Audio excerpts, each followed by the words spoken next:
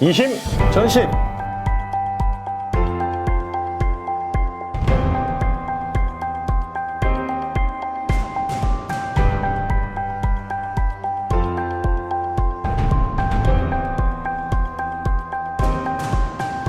돈을 지배하고자 하는 우리의 마음은 누구나 같습니다. 아메리치 SC 켄초이 대표님과 함께합니다. 안녕하십니까? 안녕하십니까?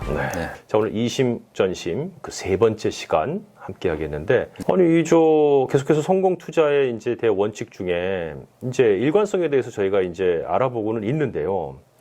아니 이게 진짜 주식시장이라는 것이 거대 정부가 어떤 뭐 세력이 이게 정말 지배하는 건지, 뭐 정부가 증시를 주도하는 건지, 이런 데에 대해서 상당히 그 말이 많습니다. 뭐 예를 들면은 누가 대통령이 되면 증시가 더 좋을 것이고, 누가 대통령이 되면 좀 꺾이지 않겠느냐, 뭐 그 어떤 정치에 이게 좀 좌지우지되는 거 아니냐, 이런 얘기들이 많이 있습니다. 네. 얼마 전에 사실은 그 우리 대선 앞두고 칼럼을 그와 관련해서 한번 쓴 적이 있어요. 뭐 세금 정책이 어떻게 될 거기 때문에 증시에 어떤 영향을 줄 거다. 뭐 이런 얘기 많이 들어보셨을 거예요. 그렇죠. 네. 많이 합니다. 사실 그 증시의 움직임은 뭐 예를 들면은 민주당이 뭐 행정부를 장악하고, 뭐 공화당이 뭐 하원을 뭐 장악하고, 이렇게 뭐 밸런스 양당 간의 균형이 잡힌 그런 정부가 들어서면은 뭐 마켓이 어떻고 좋을 것이다. 아니면 뭐 한쪽이 다 장악을 하게 되면 뭐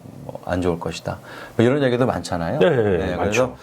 그래서 근데 사실 그런 것들보다는 그 증시를 구성하고 있는 그 기업들, 실제 그 기업들의 성적과 가장 밀접한 관계를 맺고 있다. 그 얘기를 이제 강조를 해드릴 필요가 있을 것 같아요. 어떤 정책이 그런 기업들의 실적을 뭐 좌지우지하는 거 아닐 것이냐, 뭐 이런 또 얘기들을 또 하실 수 있거든요. 실제로 대선 때 전후로 해서 뭐 애널리스트들도 이제 그런 것들에 대한 분석이나 뭐 전망들을 많이 내놓기도 하죠. 전혀 상관이 없다고 할 수는 없을 것 같아요. 상관이 뭐 있긴 있는데, 우리가 막 흔히 입버릇처럼 얘기하는 것처럼 그것 때문에 이게 확 좌지우지되지는 않는다라는 그런 말씀으로 들리거든요. 그렇죠. 그런 뭐 누가 뭐 대통령이 되는지, 뭐 어떤 당이 집권을 하는지 이가 뭐 전혀 영향을 미치지는 않는다고 할 수는 없고, 근데 이제 방금 말씀드린 것처럼 기업들의 실적이 어떤 주된 동인이지, 그런 정책적인 면이나 정치적인 면들은 사실은 시장 외적인 요인이라는 거죠. 부차적인 요인이라는 거죠. 그러니까는 단기적으로는 영향을 어떤 식으로든 영향을 미칠 수는 있을 거예요. 그렇지만 우리가 단기적인 관점에서 투자를 하는 게 아니기 때문에 장기적으로 보시면 그런 것들은 사실은 부차적인 것이다. 이렇게 말씀드릴 수 있을 것 같아요. 다시 차트를 보여드리겠습니다. 차트를 보시면 파란색 라인이 그 S&P 500 인덱스 추이를 보여드리는 거고요. 이게 지금 여기에는 1957년부터 이제 최근까지로 이렇게 돼 있는데, 그리고 네이비 색깔 라인이 이제 실제로 S&P 500에 들어가 있는 기업들의 어닝 추이를 보여드리는 거예요. 이게 보시면 사실 뭐 딱 한눈에도 같이 움직인다라고 이렇게 느끼실 수 있잖아요. 동선이. 이 코럴레이션이 서로 다른 금융 자산이나 어떤 지표들이 어느 정도 서로 상관성을 가지고 움직이냐를 보는 데이터인데, 코럴레이션이 보면 0.97이라고 돼 있잖아요.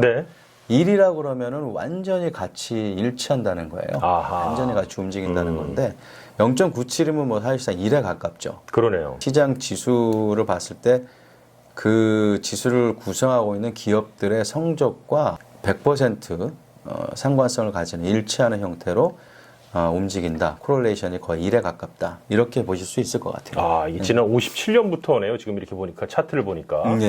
그 사이에 정권이 바뀌어도 뭐 수십 번 바뀐 거 아니겠습니까? 그렇죠. 뭐 계속 뭐 4년에 한 번씩 선거를 했으니까.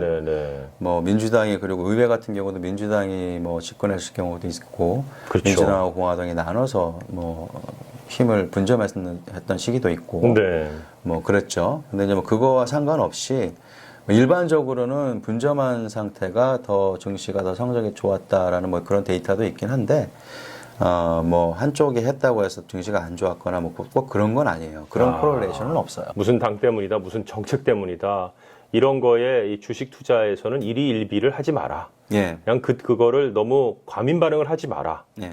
대신 경제를 더 집중적으로 들여다봐라. 이런 말씀이시군요. 그렇죠. 그러니까 정치적인 변화, 정책적인 변화에 필요 이상으로 우리가 반응할 필요가 없다는 거죠.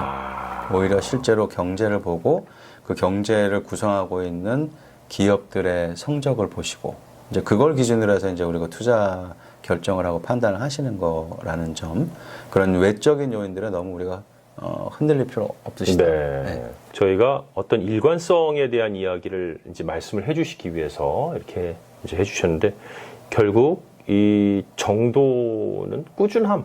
네. 이거보다 더한 어떤 그 수익률은 없다. 이렇게 보면 되겠군요. 그렇죠. 정리를 하자면 우리가 마켓 타이밍 얘기도 했고 허딩 얘기도 했고 그렇죠. 뭐 제뉴얼 이펙트나 5월에 팔고 나가라 이런 잘못된 상식들에 대해서 말씀을 또 드렸는데 이런 것들을 내 투자 결정이나 판단의 기준으로 삼으실 경우에 그리고 그렇게 또 휩쓸릴 경우에 항상 오히려 안 좋은 결과가 나오실 확률이 많다는 거죠. 그렇군요. 네. 무엇보다도 장기적으로 우리가 투자 성공을 원한다면 전략이나 원칙을 명확히 세우시고 꾸준히 하시는 게 사실은 가장 중요하다. 네, 그 점을 강조해드리고 싶습니다. 아니, 근데 사실 주식을 잘하려면 치고 빠지는 걸 잘해야 된다. 뭐 이런 생각들을 좀 많이 하시거든요. 예, 지난 시간에 말씀드렸던 것처럼 그건 이제 약간 도박하고 비슷하게 접근을 하시는 거죠. 그렇군요. 그런 거에 대한 어떤 편견, 선입견을 이제 다 버리시고 첫 번째, 여러분들 뭐 주변에 다들 하시고 나도 주식에 뭔가 좀 결국은 좀 투자를 해야 되지 않냐라고 생각하실 때에는 이제 일관성에 대한 것을 가장 먼저 떠올리시면 좋을 것 같습니다. 네. 그 이제 경제를 그래서 봐야 된다. 뭐 이제 뭐 어떤 정치나 이런 외적인 요소보다는 그런 말씀을 이제 하시는데 보통 경제 뉴스 이런 거 어느 거 뭐 제일 많이 그래도 또 우리 켄초이 대표는 좀 참고하세요?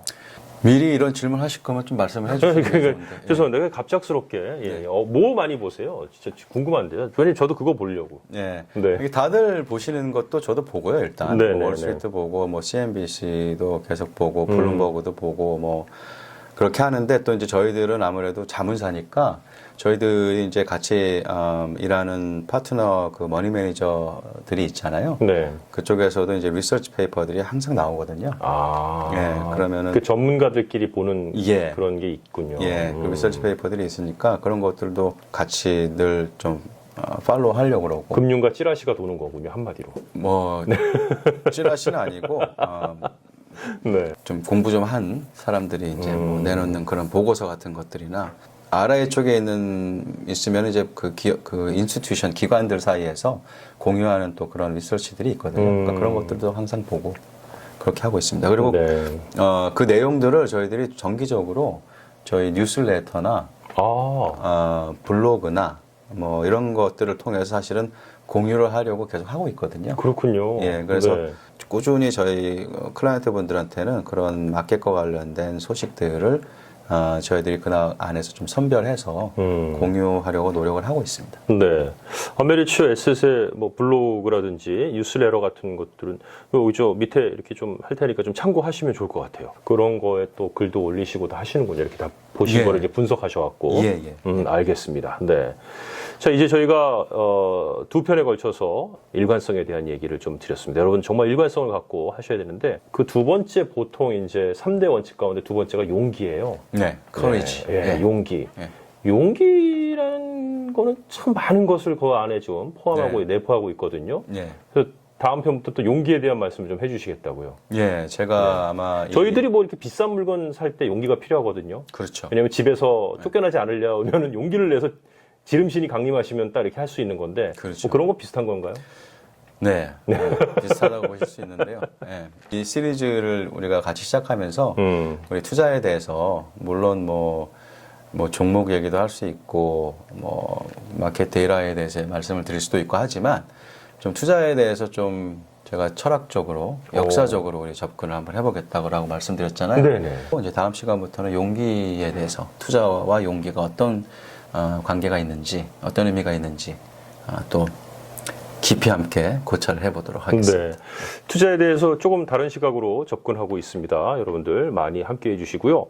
돈을 지배하고자 하는 우리 모두의 마음을 담은 이심전심 다음 시간에 뵙도록 하겠습니다. 아메리치 에셋의 켄치의 대표님 수고하셨습니다. 네, 감사합니다. 네, 감사합니다. 감사합니다.